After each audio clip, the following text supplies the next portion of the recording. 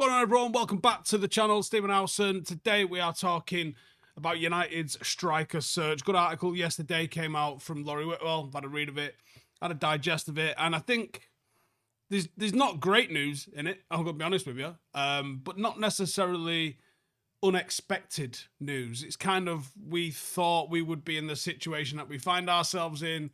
We kind of thought the way things are shaking out would be the way things are shaking out, or at least I did anyway. I mean, you lot may have a different vibe on it. You might have thought we were going to do something that we're not doing.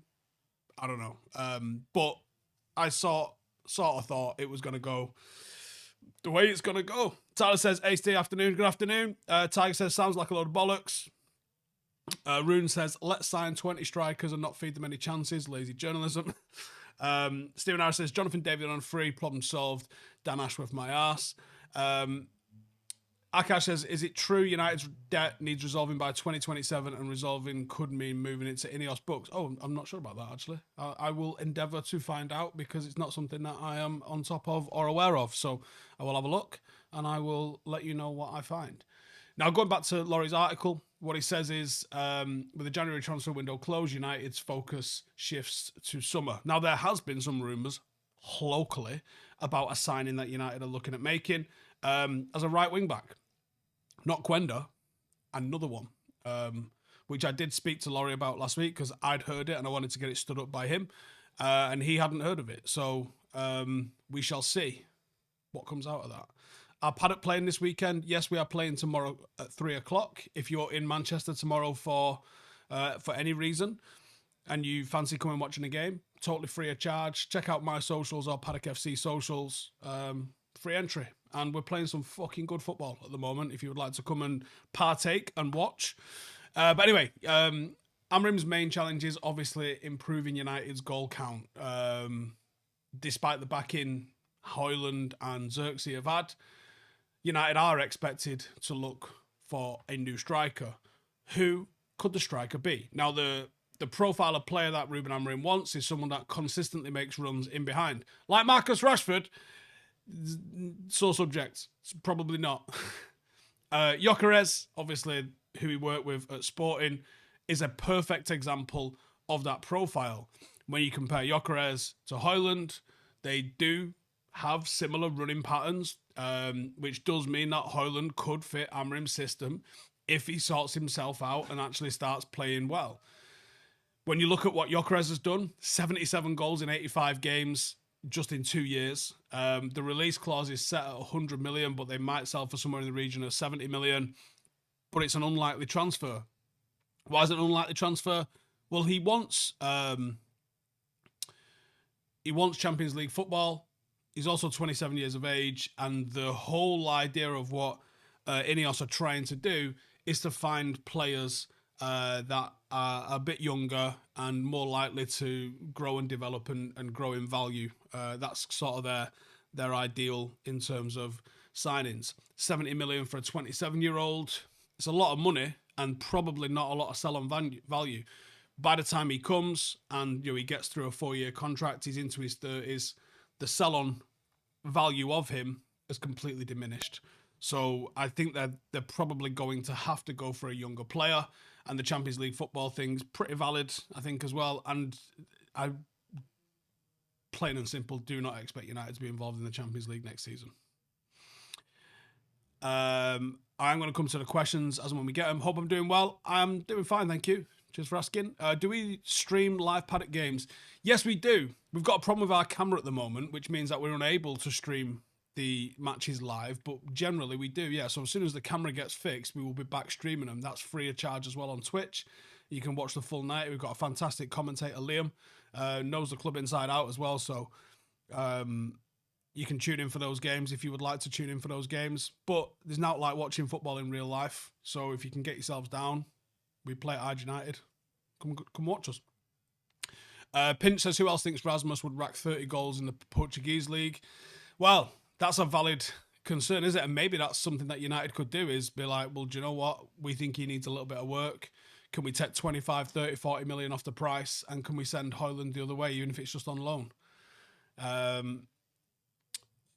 Katsub says, don't mind Gyokeres, an experienced striker among the ranks, but we'll have to win the Europa League.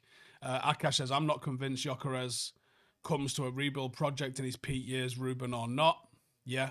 Andrew says, any reservations about the lap rumours? 40 million seems like too much somehow. Well, let's come to that, actually, because that is the next on the list. So there are some other potential striking options, allegedly. Now, Benjamin Sesko, RB Leipzig, 21 years of age. Supposedly, United have been looking at him since 2018. Wait. That means he was 14 when we started looking at him. Well done, he's 14. He obviously fits Amorim's style. He loves making runs in behind as well. Supposedly Arsenal are interested, and RB Leipzig are quite good at selling players for very large amounts of money.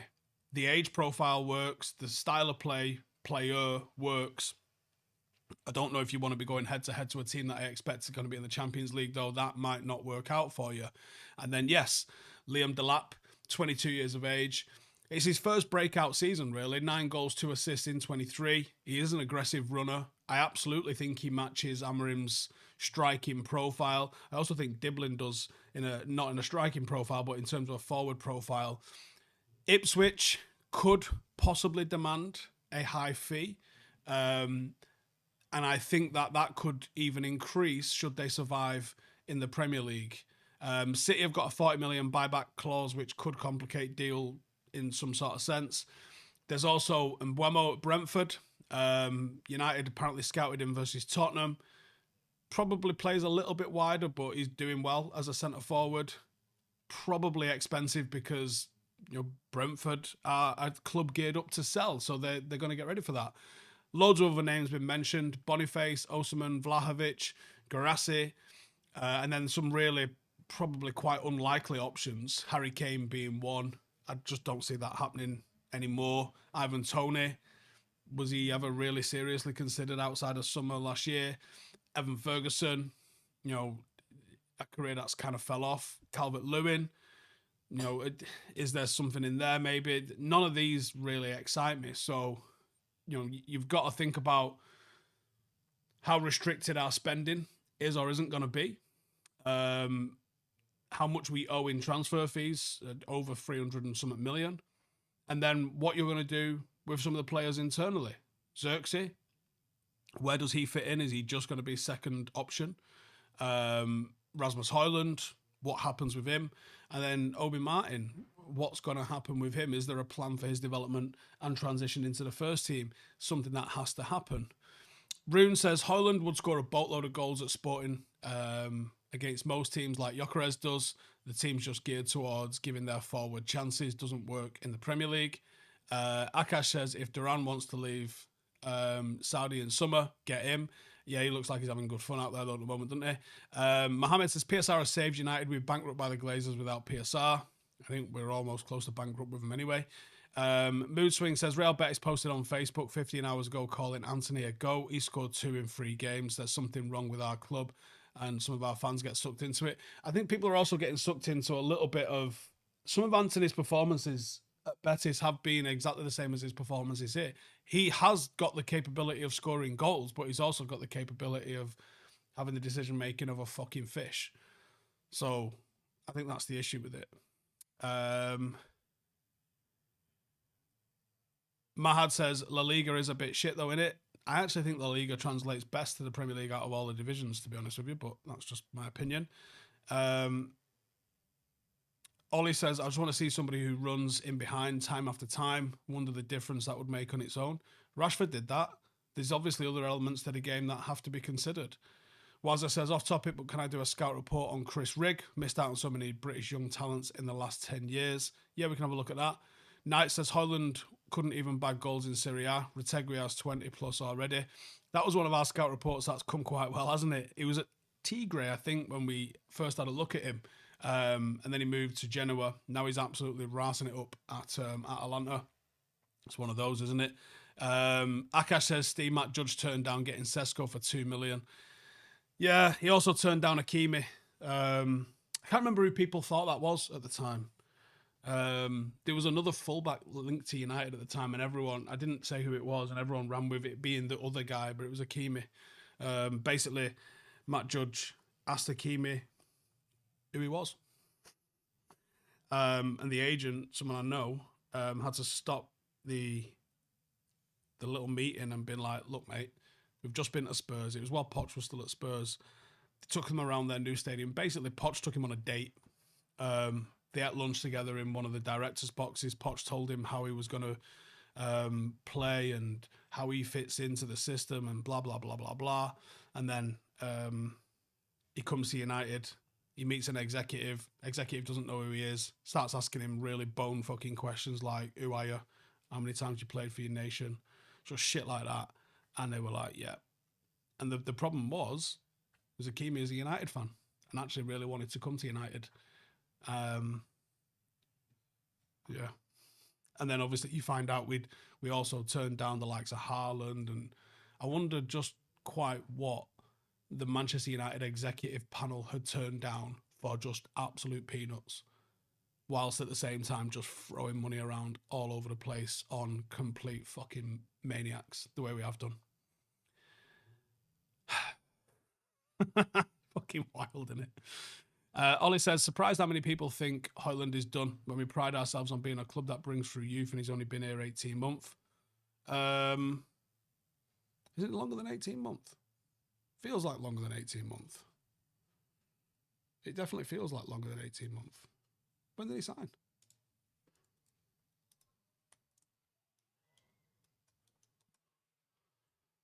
I could be wrong, but is it not? It might be. Maybe it is. 2023. Yeah, you're right. The thing is, he's just not developed in the manner that you would expect him to have developed. You can't look at his... And the thing is, development isn't linear, nor is it guaranteed. You know, there is a chance that he's peaked. There is a chance that he's not peaked. But right now, I can't look at him and think that he's a Manchester United level player. Does that mean that he wouldn't go elsewhere and develop? No. Does that mean he's guaranteed to develop elsewhere and score goals if he does? Also, no. You know, I just don't think persisting with him the way we are at the moment is going to work either. You know what I mean? Theo says, Hall and wouldn't fit us, and he would never have developed like Jude, would have never worked here. Rune says Hakimi was deemed not worthy at Madrid. Dortmund didn't want to sign him permanent. Inter had him for 1 year. Does that make me question if he's a mercenary like Cancelo? Cancelo's a weird one as well, wasn't it? I think everybody who ends up at PSG, you have to question why at times. But yeah, maybe. Who knows? Hell of a footballer, though. I personally think best right back in the world, but, you know, everyone can have their own opinion on that. Mard says, an easy short-term fix for him would be to start facing goal and making runs instead of trying to link play. I think you're right. I think that is absolutely the easiest thing he could do.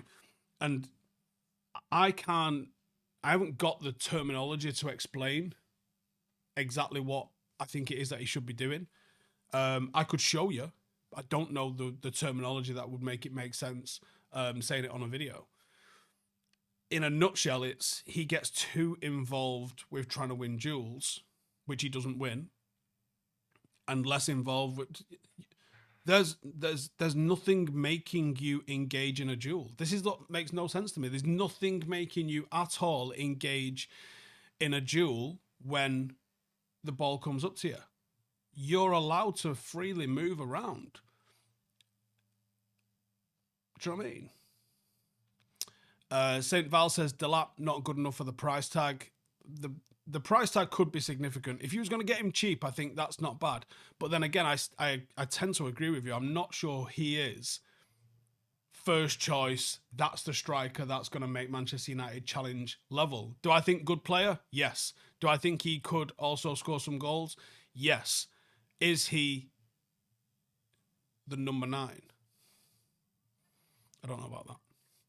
IR says City have a buyback on Delap. The thing is with Meunier, it might have been Meunier that people thought it was. You're right. The thing is with the buyback clauses, they're not... it's an option. It's not an obligation by anyone, by the way. So, like, City might have a clause which gives them an option to buy back, but if they can't agree a fee or a terms with the player, then it's one of those. Andrew says, surely Obi Martin should be involved in the first team match day squad, not saying start, but come off the bench for 15 minutes or so. It was Pavard. No, it wasn't Pavard. It wasn't Pavard. I think it was Munier. Andrew says, yeah, on Obi Martin, yeah, I tend to agree. I don't understand why he's not even been involved on the bench. Forgive me if I'm wrong on that. He's not been involved even on the bench, has he? I don't understand that.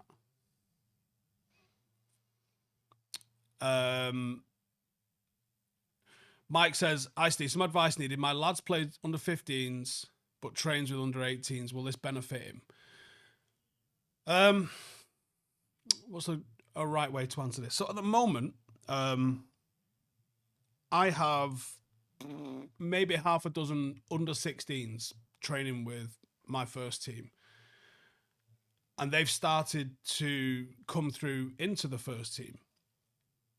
Now, I saw them trialing. So we added an under 16s team. We didn't have an under 16s team until the summer. We added an under 16s team, and we added a good under 16s team.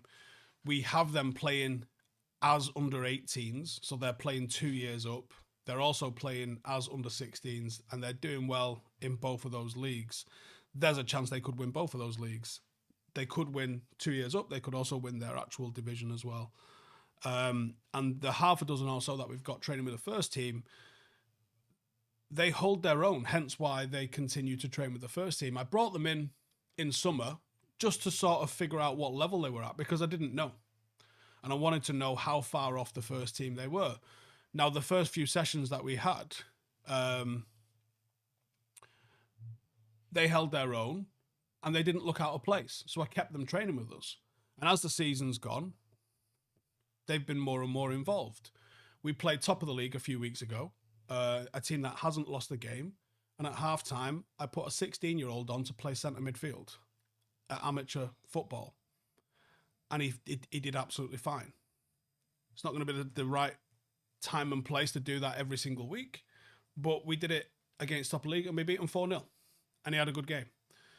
Last week, I started the first one of my under 16s that I've started, and he did 80 minutes or so, and he was in line for getting man of the match on his first start until one of the other midfielders scored an absolute rocket and probably just pipped him to getting man of the match.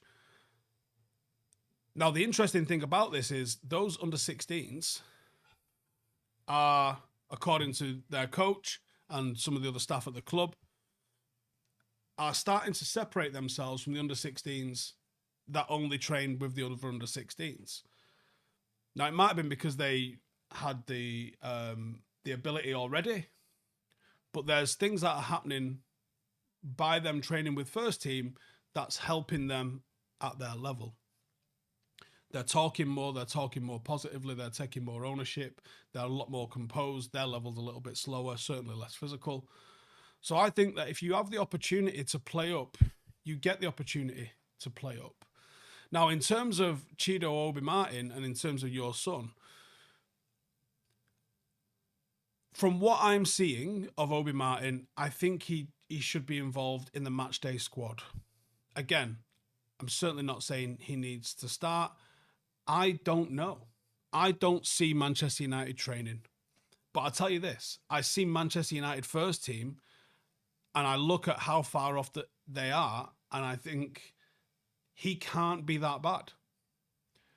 When I've seen the players that have made the step up, let's look at Collier and Mainu for an example. Collier and Mainu were not playing at the level that he was playing in the youth team. And they've come on and been able to play towards a good level in the first team. Harry Amos is another one that I don't understand. I don't understand why he's not been given an opportunity. There's obviously a reason. I just don't understand it. Unless they're just keeping Chido back until he comes in and is supremely confident and they can no longer hold him back. But I think he requires 5-10 minutes. I don't think it'd hurt his development. Now, unless they're trying to say we want to bring him on in a game where it doesn't matter, okay, that's fine. But I just want to see him in the matchday squad. I really want to see him in the matchday squad. Yeah. That's the top and bottom of it. Now, in terms of, will it help develop your son?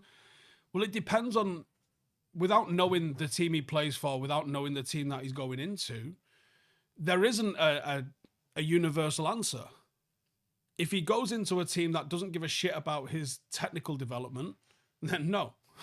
If he goes into a team that doesn't suit the way he plays, then no. There isn't a universal truth about this. I give a shit about what those players develop. Selfishly, I would like those players to go on and do well, because that's a future recruitment tool for me and for what this club stands for what my club stands for. I can't say what your lad's club is going to stand for. I can't say what Manchester United are trying to stand for at the moment. I know what they used to stand for. I don't know where they're going to go do it. CTB says Hojlund was a quality striker last season. Quality finishing. He was making goals from nothing. That's a great striker there. Where's it gone? That's 2 out of the 10 aspects of being a striker. The link play wasn't quite there. Actually wasn't there last year. He was good at pressing last season, which is not mentioned there. His finishing was great. I disagree that he was making goals from nothing, in all honesty. There was a lot of aspects of his game that he could have improved. He seems to have overly focused on trying to win duels, and that's what's pissing me off, because he's not winning them, and it seems like he's forgotten every other aspect of his game, and that's affecting him. Cameron says, before people bite my head off, I've not seen much of this kid. Is he that good? Genuinely asking. Cheeto, there's a lot to like about his game. I think he's very big for his age, which helps him at the academy level, and I would like to see him against men to see how he is against men. Andrew says, do I think Casemiro will go on loan to Flamengo until the end of the season?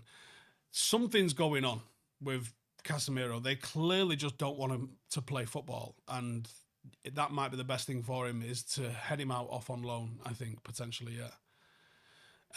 Rune says, hard to judge Hojlund when he gets no service versus Leicester.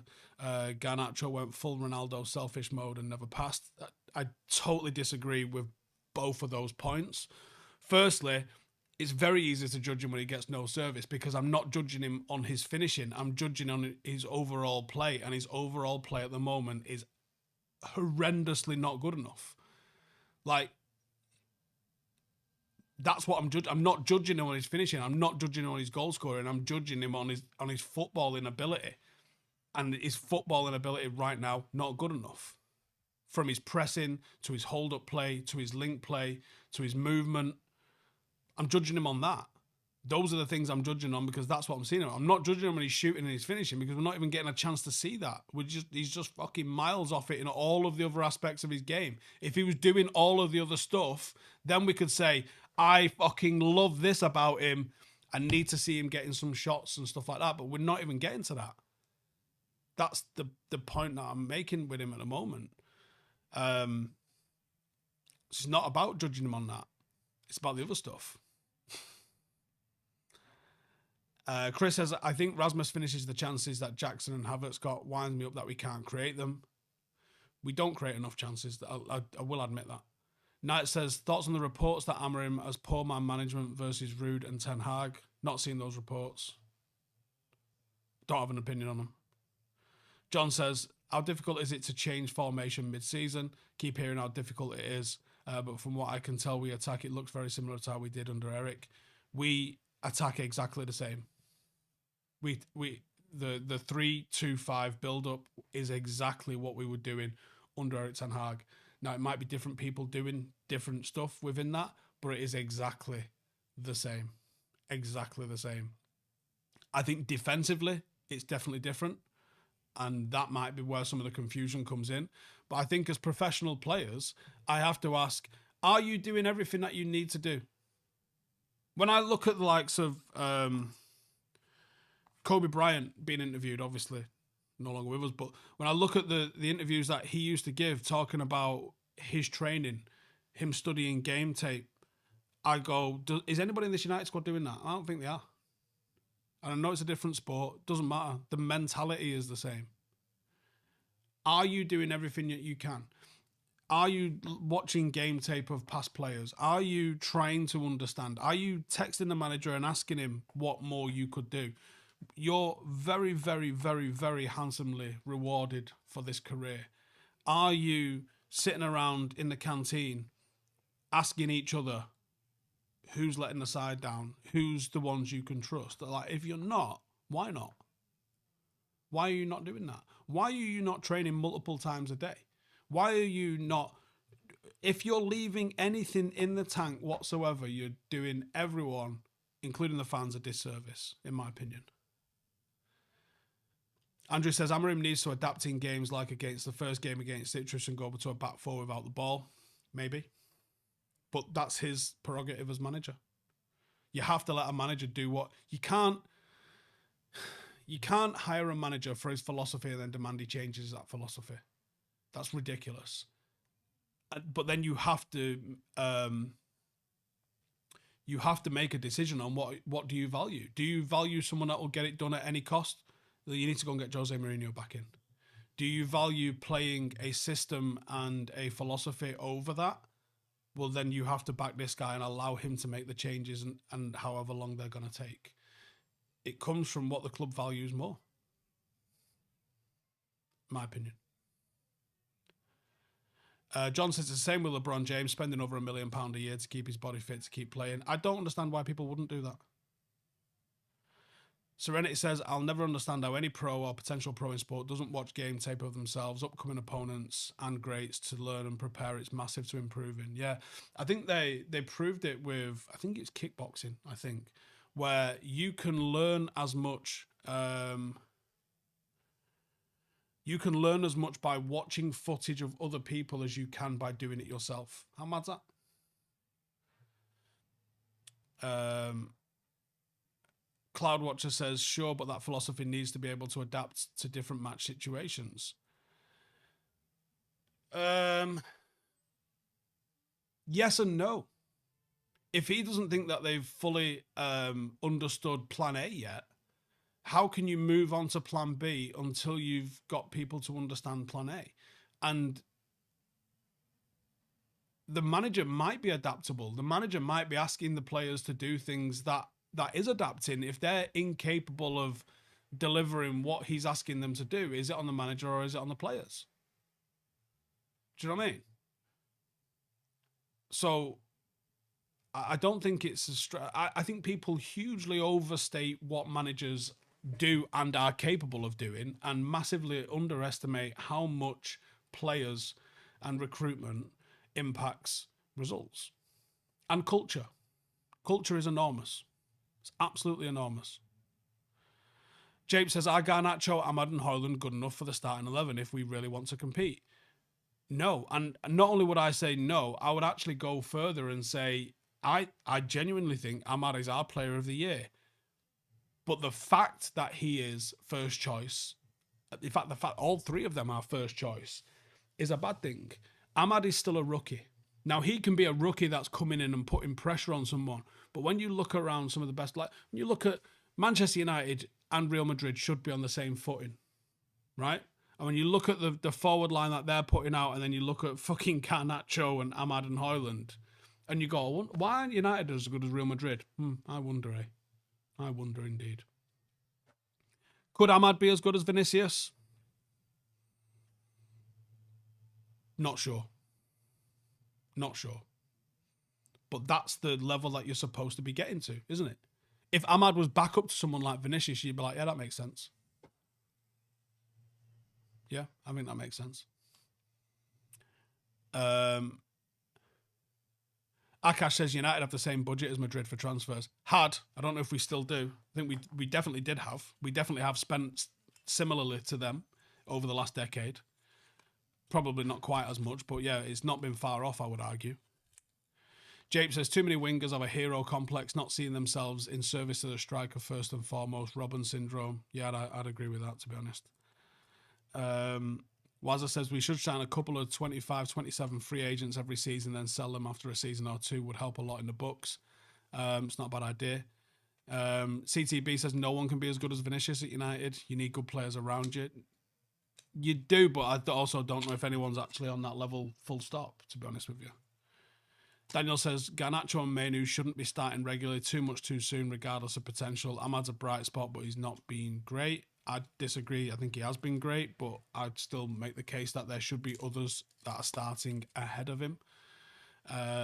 Knight says, our philosophy isn't just formation. Inzaghi, Simeone, Tuchel have philosophies, but they're not stuck to a three at the back, especially this season.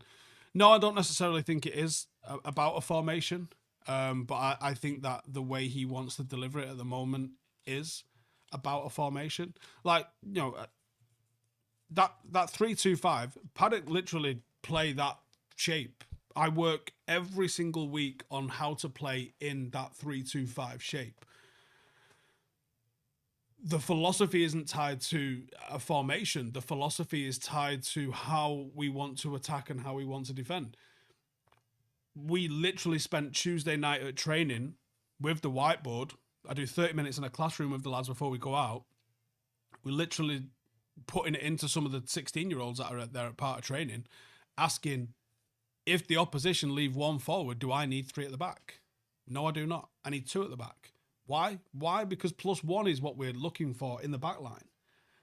Does that mean I can put 6 into the forward line? Yes, it does. Does that mean one of my centre-halves can drive from the halfway line into the opposition box? Yes, it does. The only thing that matters is that we've got one more defending than they've got in the attack. How we shake out apart from that depends on what we do. So that's a philosophy. It's nothing to do with a formation. On paper, I play 4-2-3-1. It don't look like that very often, if at all, in reality, because it's not about a formation. And you can argue Ruben Amorim plays a 3-4-3. I don't know if I've ever seen it look like a 3-4-3 on the pitch. I would argue it looks like a fucking 5-2-2-1 at times, 5-4-1 at times. A 3-2-5 at times, a 3-2-1-4 at times. You know, it's different at all different parts of the day. James says, can we say Ollie was the most successful manager since Sir Alex? No, you can't, because he literally didn't win anything. I think you could say he was your favourite. I think we played the best football under Ollie. He was certainly my favourite. Don't think you could say he was the most successful, though, because he literally wasn't successful. Andrew says, what's happened to Johnny Evans? I haven't seen him around for a while. Johnny Evans, Casemiro, I don't know if the club or Amorim have just decided that they'll not be here come summer, so let's just start planning for life without them. Yeah, it's one of those. CTB says, I love the Stoke City philosophy with Rory Delap throw-ins. 30% of their goals came from throws. Everyone called it anti-football, but I loved it. It's different. I loved it when the Premier League was like that. I loved Bolton under Allardyce for what they brought. You've got to learn how to deal with that. You have to. I don't like cookie cutter stuff. I like it when people offer different problems. Personally, I think that the Premier League in the 2000s, 2010, I think that was the best era for it. And I think it was effective across Europe, not because of a bigger budget than anywhere else, because I don't believe it. Like, you literally had the Galacticos in Spain, Ronaldinho at Barcelona, the Galacticos in Real Madrid. You had Inter and AC teams, which were absolutely ridiculous. Juventus was a fantastic side. Bayern Munich was a fantastic side. There was great sides across Europe in the 2000s. What made the Premier League interesting was that you fucking had Bolton. You had Stoke. As well as teams like Arsenal, who tried to get the ball down and play football. You had teams like Chelsea under Jose Mourinho. That was an absolute battering ram that you had to work out how to deal with. You had a Liverpool side that could go the distance in Europe, that had some fantastic players in. It fucking annoys me the way Liverpool fans tried to blow Steven Gerrard up by diminishing how good some of the rest, like Sami Hyypiä, a phenomenal centre-half. Fernando Torres, Didier Hamann, Xabi Alonso. Like, there was great players in those teams that they try and diminish to try and make Steven Gerrard like he was some fucking god playing with a load of turds. Wasn't the case. Yeah. Just, You had West Ham had Mascherano and Tevez. Don't tell me this fucking league is better now than it was in the 2000s. It just is not the fucking case. I said on with Rio last week, the Premier League's a poor Premier League. What do you mean by that?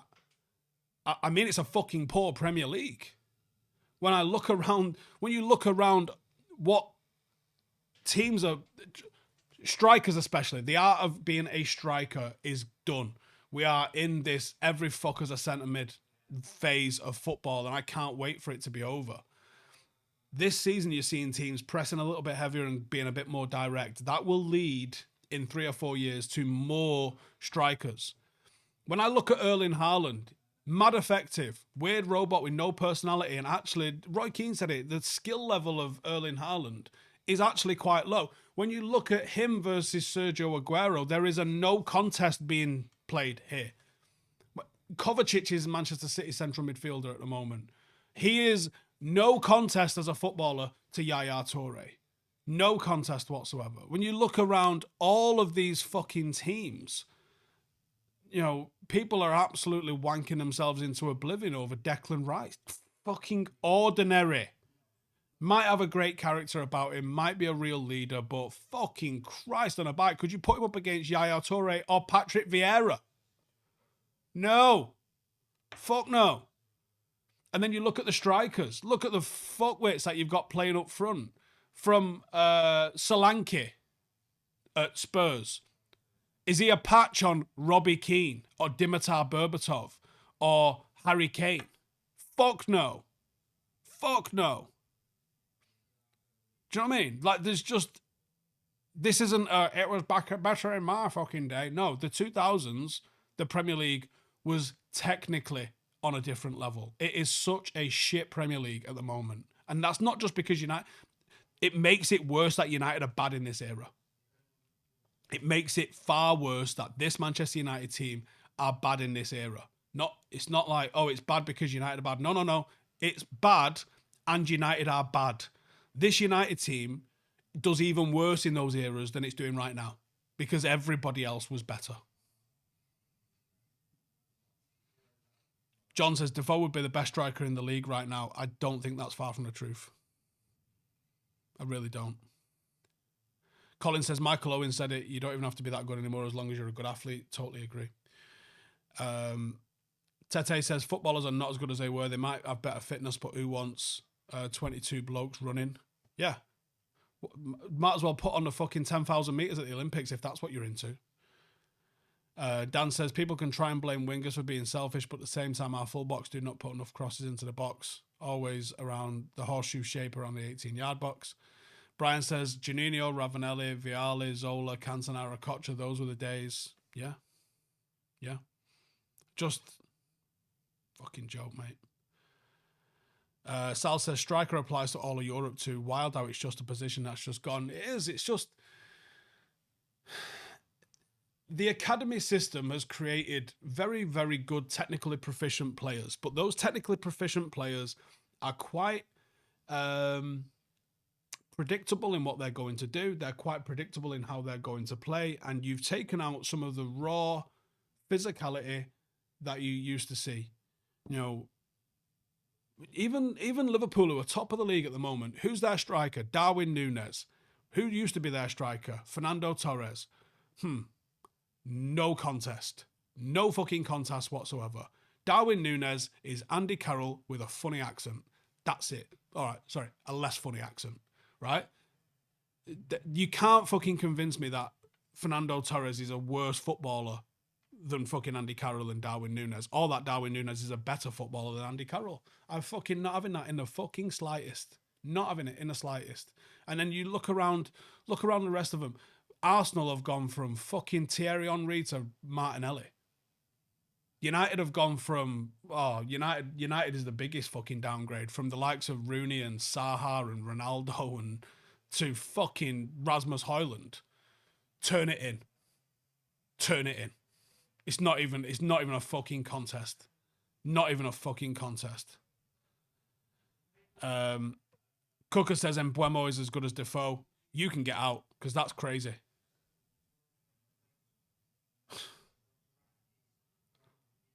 Yeah. Ollie would be the best striker in the league. Yeah, Ollie's criminally underrated. Ollie's goals to game still stands up as an absolute fucking joke. Unless Cooker degree there says Mbeumo is as good as Defoe. How old is Defoe? Is Defoe like 46, 47? If that's you're talking about Defoe right now, I can probably agree. Ruben says Saha would be mint in this team. Saha was fucking mint. Saha was so fucking good as a striker. So fucking good. He's 42. Yeah. Yeah, all right. Okay, he's 42. I'm taking that then. I'll say Mbeumo is about as good as Defoe at 42. Yeah, I'll go with that. Oh, yeah. Tete says, I mean, we forget how good Nani and Antonio Valencia were, last good wingers. I was so frustrated with Nani at Manchester United, and he would be fucking Ballon d'Or worthy now, wouldn't he? And he was mad frustrating because he wasn't Cristiano Ronaldo.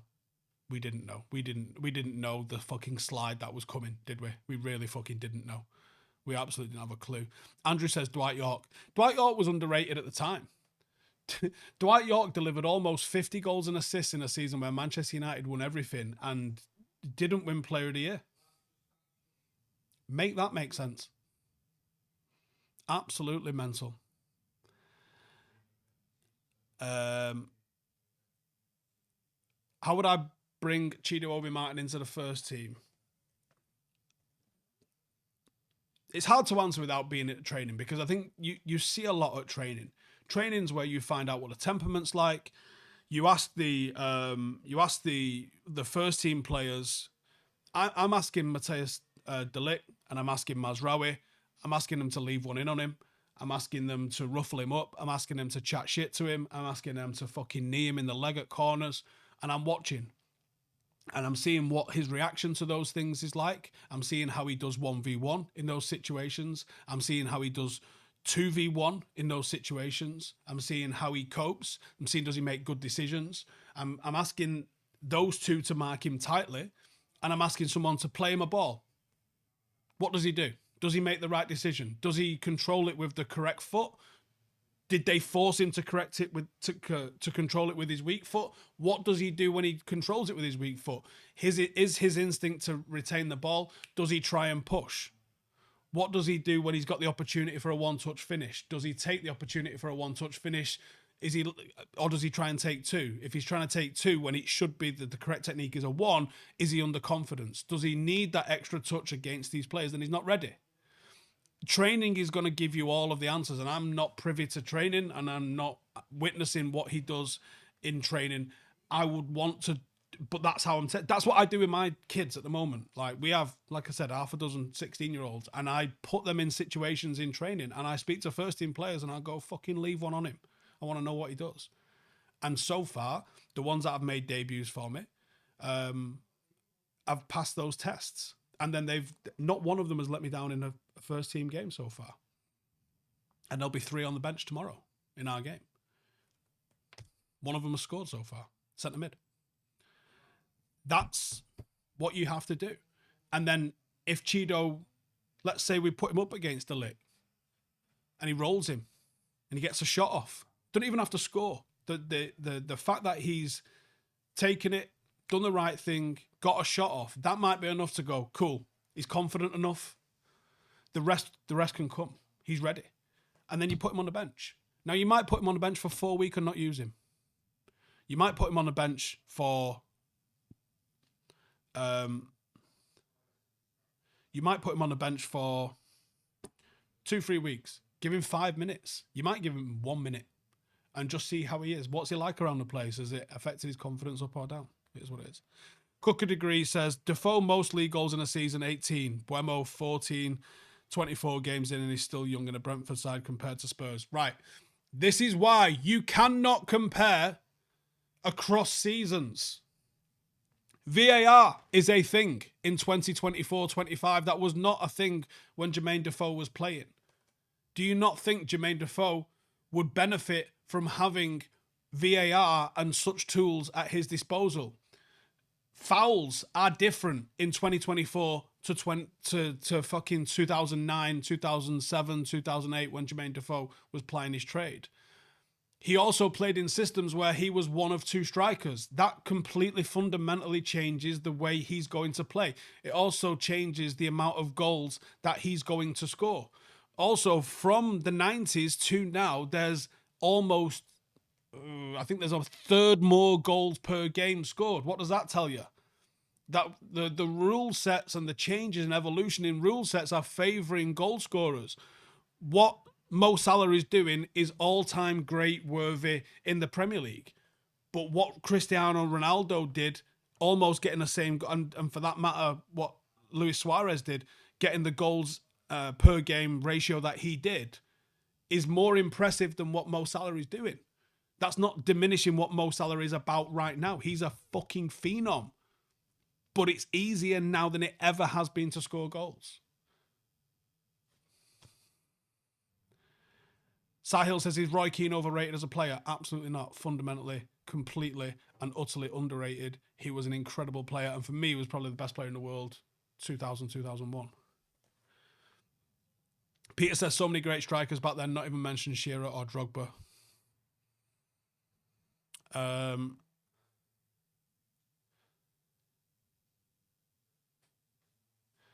Phil says, well, I appreciated United more in the 90s and 2000s. We didn't appreciate them enough, did we? Because if someone had put an arm around us and been like, listen, it's about to get proper double mega shit.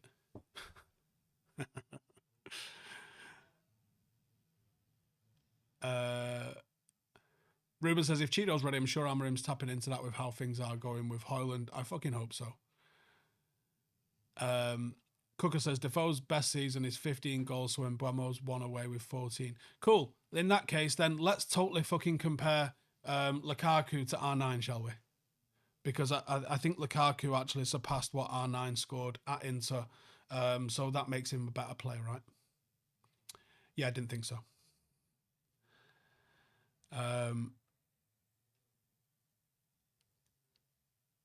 William says, how many goals do I think Giggs would score if he played on the right wing?